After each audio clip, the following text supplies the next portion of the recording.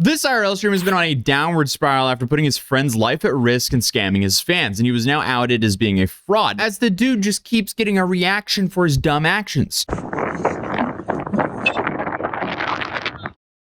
And not only physically as well, as stated earlier, he also outed himself as a fraud and asked the interviewer to not include it. So if you see my recent videos on Jack, you might have seen that he's been falling down a staircase perpetually for the last couple of weeks.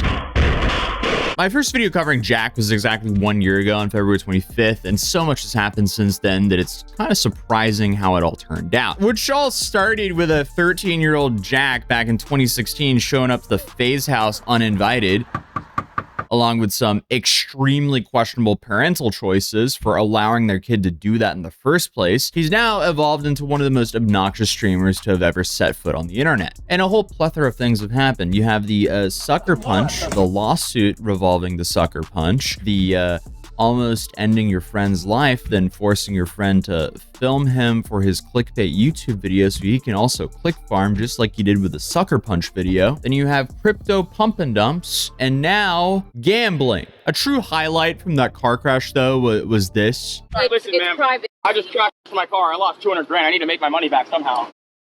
Right. And that obviously resulted in Kick permanently banning him for dangerous behavior. And I'm saying permanently banned like this because that aged like milk, as 3 months later, he's now been unbanned. Apparently, Kick does not hold their word and will fold for anyone who gives their platform enough relevance, even though if said streamer allegedly has a lot of botted traffic. Because it's very obvious they're sending a clear message with this. And as I mentioned earlier, you know, if that wasn't enough, right after the McLaren incident, Jack was caught once again in the middle of a self-inflicted controversy because the dude just keeps shooting himself in the foot when it comes to his own reputation and credibility, because he just starts straight up launching crypto meme coins where he just rug pulls his own audience over and over again. This one was kind of funny because at the end, like, his plan massively backfired because sure, he was able to get a little bit of money out probably, but I don't even think he made 1% of what he was hoping to make from all this. And he just took this massive reputation hit. Just to put things in perspective, like Boogie 2988's coin pumped way harder than Jack Doherty's. And that really made people go, hold up, how many people are actually watching this guy? So that caused a new effect, and then people started bringing up, oh wait, and that's when the botting allegations started to resurface again. Okay, Jack Doherty with the views. Look at robot views. Okay, let's see Stable Ronaldo. Okay, let's see. Oh, whoa.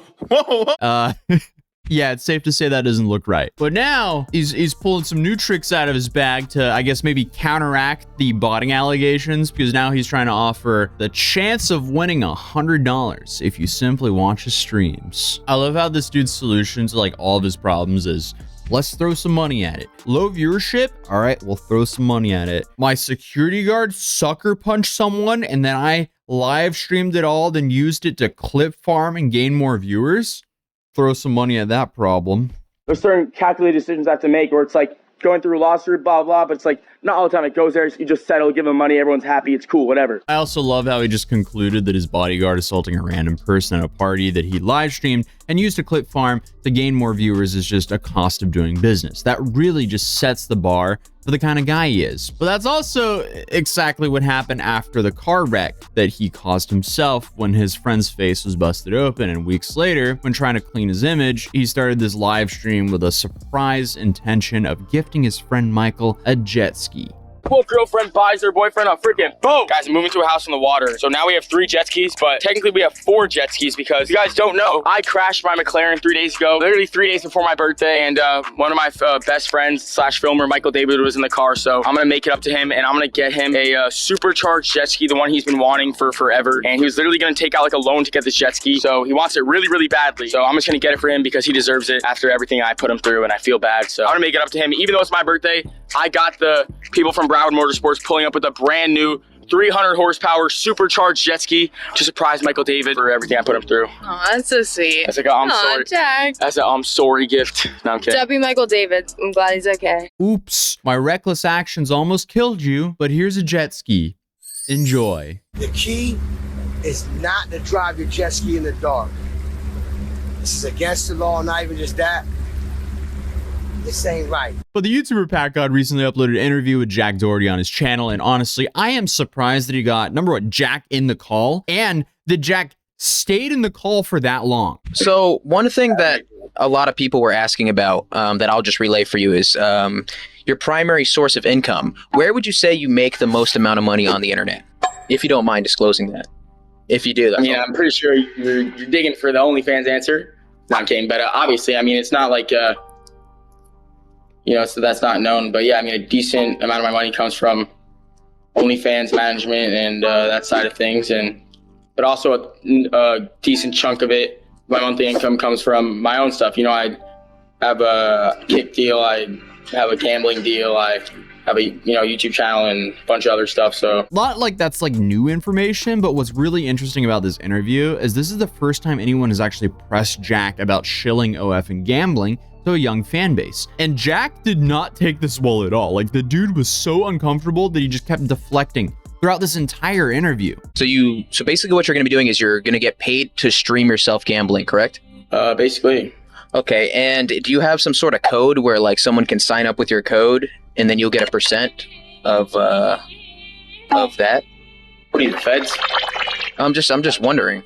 Do you have a code? Because there's a lot of ethical issues people have with people. No, I don't have a code yet. We haven't even figured all that out yet. But it's more of like I just rock the brand. I don't even gotta gamble. I don't like gambling. I'm not really for gambling. I'm not for gambling, but he's signing a gambling deal.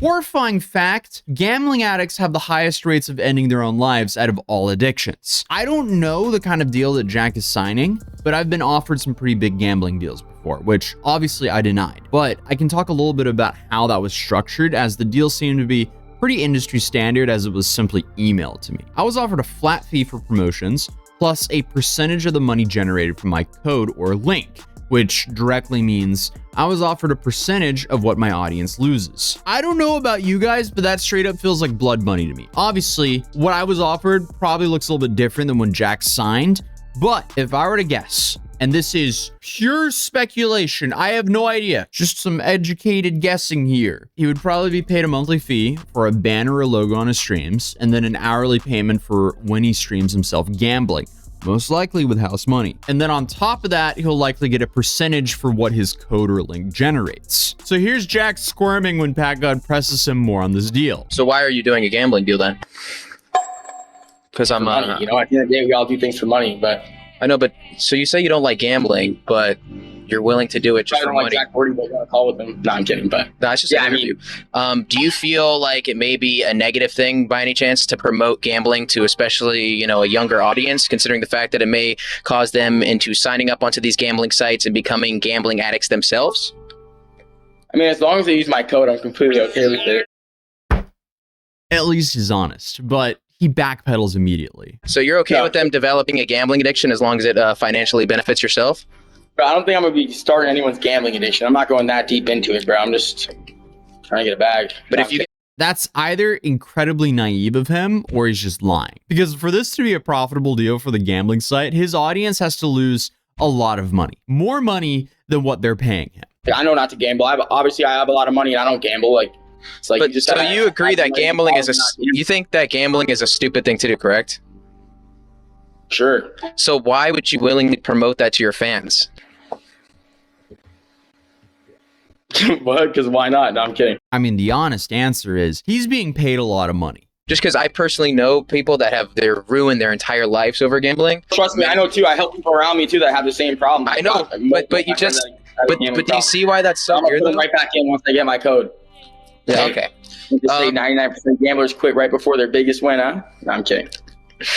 Don't put that in there. No, it's all right. Yeah, he definitely regrets this interview. This interview is legendary. Bravo to Pat God for pulling this off, because here he just straight up outed Jack for being a fraud. He doesn't like gambling. He doesn't gamble.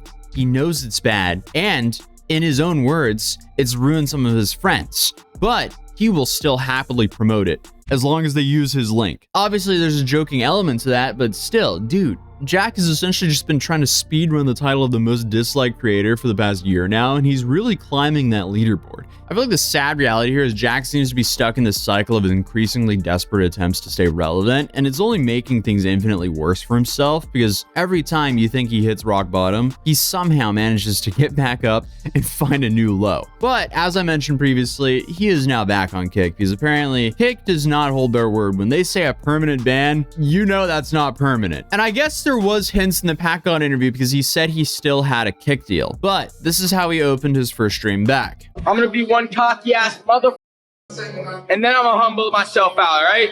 But until then, I'm gonna be the cockiest mother. Y'all mad, cause I'm back.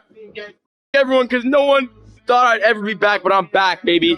But I'm gonna be good. I'm not gonna be too cocky just for the first week, just cause everyone that didn't believe in me, man. But listen, I'm gonna be way more humble moving forward, and I'm never gonna up again. I know I've said it a million times, but trust me, bro. It was an accident. What happened? What got me banned was an accident. Accidents happen, bro. That's why it's called an accident. Okay, have fun. I don't buy it. I guess we'll see how that ages. But I mean, hey, at least he didn't spray a bunch of bug killer on the produce section in the Walmart like this guy did as a TikTok prank. And now he's facing 16 years in prison. So you can check out that story here because it is absolutely insane. But if you're new here, feel free to subscribe and I'll see you guys hopefully in the next video.